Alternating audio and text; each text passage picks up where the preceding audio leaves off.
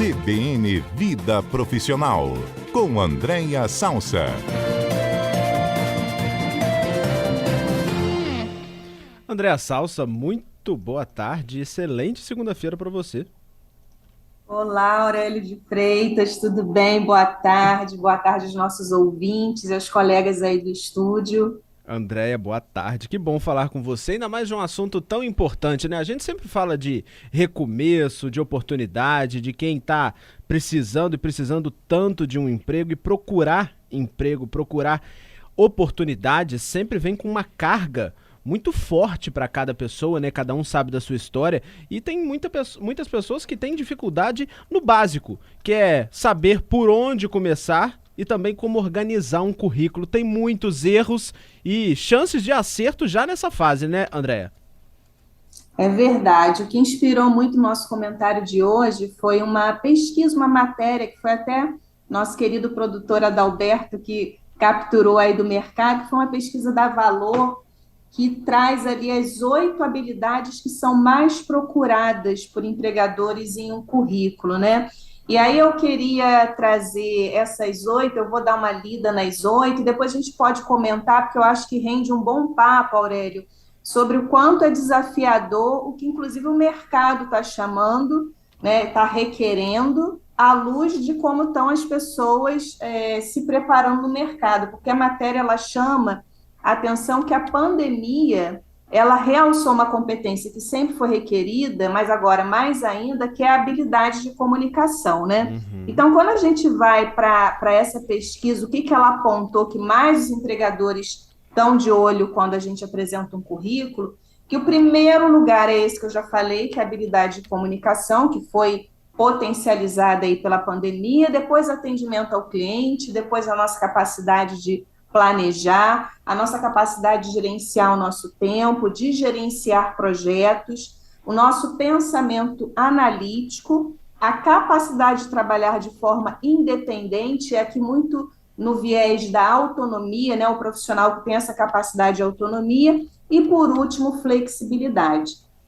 Quando a gente olha para essas 8 habilidades, né, na realidade são 8 competências que os empregadores estão mais de olho aí nos currículos, me chama muita atenção, Aurélio, o primeiro top 1, né, da lista, que são as habilidades de comunicação, e quando a gente faz um cruzamento desse levantamento com as características que também outros estudos vêm apresentando, por exemplo, das novas gerações, e aqui eu quero chamar a atenção especialmente para a geração Z, que é aquela ali entre mais ou menos, né, as crianças de 9, 10 anos até os jovens de 24 anos, e aí entre 18 e 24 anos é uma faixa, né, que normalmente esses jovens começam a entrar no mercado, em que a maior fragilidade realmente está na comunicação. Então, acho que tem um desafio muito grande por conta das telas, né? São essa nova geração, e aqui não vai nenhuma crítica, vai uma constatação dos tempos modernos, né? Que essa geração muito conectada com tecnologia, muito conectada com as telas, deixou de desenvolver algumas competências de comunicação, e muitas delas estão relacionadas à nossa capacidade de se relacionar com o outro. Então, essa competência ficou mais frágil. Se é naturalmente que não tem só essa geração disputando posições no mercado de trabalho, mas olhando em termos de projeção para o futuro, é algo que a gente precisa ficar muito atento, educadores, professores, família e os próprios jovens, né? O quanto, sim, não dá para fugir da tecnologia, não dá para a gente se iludir que as telas elas desaparecerão, muito pelo contrário, mas estar atento à nossa capacidade do relacional, porque é essa capacidade do relacional que nos traz mais habilidade nesse conceito mais amplo de comunicação, não só o que a gente fala, como a gente se comporta, como a gente escreve, e isso tudo vai ali também nessa nossa habilidade de se relacionar com outras pessoas, né? Andréia, Deixa eu te fazer uma pergunta. Algumas, acredito que todas, na verdade, mas algumas dessas características aqui, como, por exemplo, gerenciamento de projeto, gestão de tempo, capacidade de trabalhar de forma independente, a flexibilidade, me parecem características e qualidades muito importantes para uma fase que a pandemia trouxe, para uma realidade que a pandemia trouxe, que é do home office. Você acredita que isso pode também ser um facilitador para que as empresas busquem essas características, porque elas também estão apostando nesse tipo de mercado, nesse tipo de atuação? Sem dúvida. Esse modelo híbrido, inclusive a matéria traz muito sobre isso, né? O quanto esse modelo híbrido que a gente vai, parte para o presencial e parte para o remoto, que muitos estudos, inclusive, dizem que não tem mais como voltar atrás, né? Esse é o modelo que realmente vai se firmar. Essas competências são fundamentais. Mas mais uma provocação interessante aqui para a gente refletir, porque o nosso quadro aqui ele sempre se propõe a gente ir um pouquinho além dos temas que a gente vai, no sentido de refletir mesmo. Quando uma das competências que são requeridas, né, e são desejadas é a flexibilidade, é fundamental também que os ambientes de trabalho também incorporem essa flexibilidade que eles tanto desejam na sua força de trabalho. Inclusive, a flexibilidade de entender, e essa é uma discussão profunda, que a gente pode trazer até em outro momento aqui do Vida Profissional, que é o quanto algumas empresas estão resistentes com a questão da presencialidade, né, do remoto substituir a presencialidade. E alguns modelos de trabalho, não necessariamente precisa o funcionário ir para o presencial, ele já se acostumou com a questão do home office, a vida dele já se adaptou a isso. Então, é muito interessante que essa mão dupla, né, que essas competências também sejam refletidas, porque muitas vezes as pessoas falam, eu preciso de talento, né, as empresas, eu quero talento, e eu sempre questiono, você está preparado para ter um talento dentro do seu ambiente de trabalho? Porque talento questiona, né? Talento pode ser flexível, mas ele também vai exigir um ambiente de trabalho mais flexível. Você me exige habilidade de comunicação, mas a organização está preparada para viabilizar ambientes em que as pessoas possam ter lugar de fala, onde a gente pode se comunicar. As estruturas estão hierarquizadas, então, quando pede aqui uma competência, né, capacidade de trabalhar de forma independente, isso está absolutamente relacionado com o conceito de autonomia. A minha estrutura de empresa está preparada para ter um profissional com essa capacidade de independência, ou eu sou muito ainda conservador e hierarquizado? Então, é muito interessante que a gente reflita até que ponto eu estou solicitando habilidades em que a minha organização está preparada, né, o meu ambiente profissional está preparado para tantas exigências, porque é uma lista extensa, né, Aurélia? A gente leva o empregador a uma autocrítica, nossa, né, Andréia?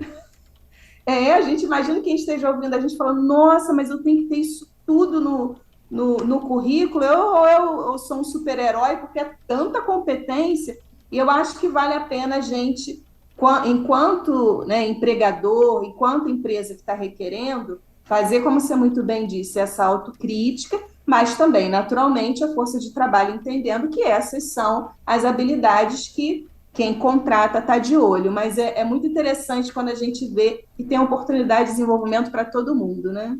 André, eu tenho certeza que tem muita gente que está ouvindo a gente que quer justamente mostrar que tem essas competências, que tem a capacidade, mas tem outras pessoas também que devem ficar na dúvida. Como que eu posso saber se eu tenho essas competências a apresentar para um futuro empregador? Também não é fácil para muita gente, principalmente aquelas que estão tentando um primeiro emprego, mostrar que tem competência nessas áreas e também identificar se realmente tem, porque tem muita gente que sequer sabe que tem essas habilidades, né?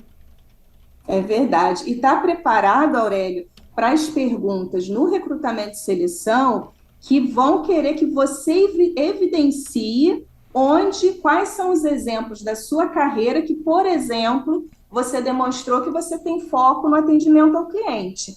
Então, pegar essas 8 habilidades, né, e tentar fazer uma espécie de depara, né? Por exemplo, habilidade de comunicação. Se eu tivesse que contar um case, alguma experiência que eu tive profissional que destaca ali que eu tenho essa habilidade. Pode ser que nesse exercício, muito provavelmente, eu vá chegar a 2 conclusões. Olha, eu realmente tenho essa habilidade de comunicação, tanto é que eu consegui concretizar. Olha, eu tive muita dificuldade de pensar em uma situação, então aqui talvez tenha uma oportunidade de eu me desenvolver. Então, em cada dessas 8 habilidades, eu consegui fazer um depara, né, que é essa habilidade, algum exemplo prático que eu possa demonstrar essa habilidade na minha carreira ou na minha competência, né, profissional. Como que eu posso? Então, isso é um exercício prático que facilita para você ver que você tem ou que você ainda não passou por alguma experiência que possa comprovar. Então, até provocar essa experiência,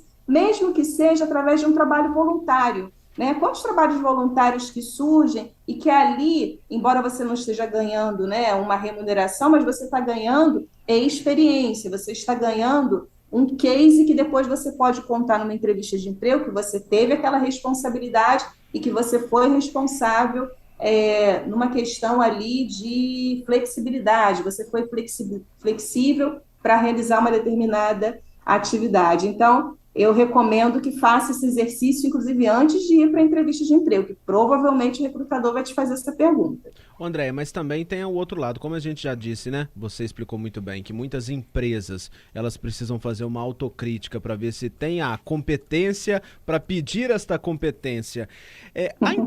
As empresas de hoje, também elas estão preparadas para, de um lado, identificar essas habilidades naqueles profissionais que elas já têm, fazendo com que eles cresçam ainda mais, e de um outro lado, proporcionar que esses funcionários que não as tenham possam desenvolver essas habilidades? Eu espero que sim, Aurélio. É a esperança que a gente tem, mas eu sempre acho muito importante numa empresa trazer gente de fora, porque eu acho que sempre traz um frescor, né? As pessoas normalmente vêm com experiências diferentes, mas reconhecer a sua força de trabalho interna, sempre que for possível, eu acho que o efeito, o impacto, inclusive em outros elementos, né? Clima organizacional, cultura organizacional, o efeito positivo é muito para além do que só aquela pessoa que eventualmente foi promovida, porque o entorno está observando essa atitude da empresa, assim como o entorno observa se a empresa sempre que tem uma boa posição só traz gente de fora. Então, o empregador também precisa ficar muito atento com isso, que as habilidades que eu exijo de quem vem de fora, será que elas estão sendo observadas também do lado de dentro? Se eu estou dedicando tempo para esse desenvolvimento e se eu estou dando oportunidade para que as minhas pessoas de dentro, né, se desenvolvam dentro da própria casa. Eu acho sempre um sinal muito positivo. Não é obrigatório ter que promover todo mundo de dentro, porque às vezes a gente realmente não tem pessoas habilitadas dentro da empresa, mas sempre que possível esse olhar, eu acho que reverbera numa potência muito maior do que só a satisfação daquele que foi promovido. André, como você também já explicou, eu acredito que grandes empresas, principalmente, acho que hoje esse é um mercado de recursos humanos que está em crescente e constante evolução. Existem profissionais de recursos humanos que estão ali preparados para identificar essas características nos seus futuros profissionais, em qualquer momento. Mas essas características que você está falando e explicando para a gente, as pessoas conseguem já num primeiro momento, numa primeira conversa, ou mostrando seu portfólio de primeira, assim, já mostrar para o seu empregador que elas têm essas competências, ou isso vai aparecendo ao longo do processo, ou é as duas coisas? Eu acho que as duas coisas, mas é muito importante que quem tem o interesse de construção de carreira, ou que tem o interesse de realmente ocupar aquela posição que está sendo oferecida no mercado, faça o máximo para encurtar esse caminho, porque pode ser que você não tenha uma segunda chance. Não Né? chegue Tem na segunda etapa, algumas. né? Exatamente, porque, inclusive, alguns processos, e quanto mais de maior responsabilidade é o cargo, mais etapas tem, exatamente para que vários olhares passem por aquela pessoa e cada um vai captando, né, mais elementos sobre aquele profissional. Mas você, como você bem disse, precisa passar de uma primeira etapa, porque pode ser que você não tenha a segunda oportunidade. Então, estar atento e se preparar ao máximo para esse primeiro momento é muito importante, porque pode ser que você não tenha uma segunda chance. Mas se tiver uma segunda chance, naturalmente que vai aumentando, né, a sua oportunidade de mostrar mais a sua habilidade, a sua competência. Mas eu recomendo realmente, Aurélio, que antes de qualquer processo seletivo, além desses cuidados que a gente está trazendo aqui, né, das habilidades que você tem que ter cuidado de colocar no currículo, porque é isso que as pessoas estão olhando, é pensar em situações que você vivenciou que comprove que você tem essas habilidades, porque bons recrutadores vão te pedir exemplos de em que situações você tem para demonstrar que teve habilidade de comunicação, atendimento ao cliente, planejamento, gestão de tempo, gerenciamento de projetos, planejamento analítico, pensamento analítico, capacidade de trabalhar de forma independente e flexibilidade, que são os 8 aí do ranking dessa matéria que a Valor trouxe para a gente. E uma pessoa que está na busca do primeiro emprego, André, como é que comprova que tem essas habilidades?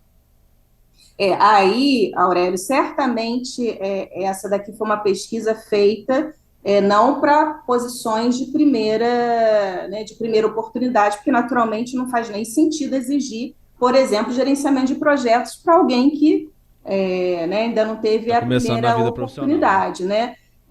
Então, certamente as competências para posições de primeira linha, né, seriam diferentes, mas eu não tenho dúvida que, por exemplo, a habilidade de comunicação, já na primeira oportunidade, se você não tem essa capacidade de se comunicar, é algo delicado. E por isso mesmo que eu trouxe no início da minha fala o quanto a gente tem que estar atento, porque todos os estudos da geração Z mostram que essa geração tem mais dificuldade de comunicação, né? São mais retraídos, são muito bons do ponto de vista, né, das telas, mas quando tem que se relacionar com outras pessoas, tem um pouco de dificuldade. Então, é exatamente aí que eu entendo que tem um enorme ponto de atenção para as escolas, as faculdades, as famílias e os próprios jovens, né? Porque eu não tenho dúvida que essa é uma habilidade que vai estar ali sempre no top 3 das grandes habilidades que os empregadores procuram. Andréa Salsa falando pra gente das competências para seleções. São elas. Vamos listar de novo, André? Só pra gente poder terminar aqui, fala quais são pra gente, para os nossos ouvintes ficarem ligados e atentos. Legal. A primeira de todas, habilidades de comunicação. A segunda, atendimento ao cliente. A terceira, nossa capacidade de planejamento. A nossa quarto, a capacidade de gestão de tempo. Quinto, a nossa capacidade de gerenciar projetos. Sexto, nosso pensamento analítico. Sétimo, a nossa capacidade de trabalhar de forma independente, aqui muito conectado com a autonomia. E a última, que é a nossa capacidade de flexibilidade. Ia trabalhar para desenvolver e mostrar essas habilidades, né, André? Obrigado pela sua participação nessa segunda-feira. Até semana que vem. Um abraço a todos.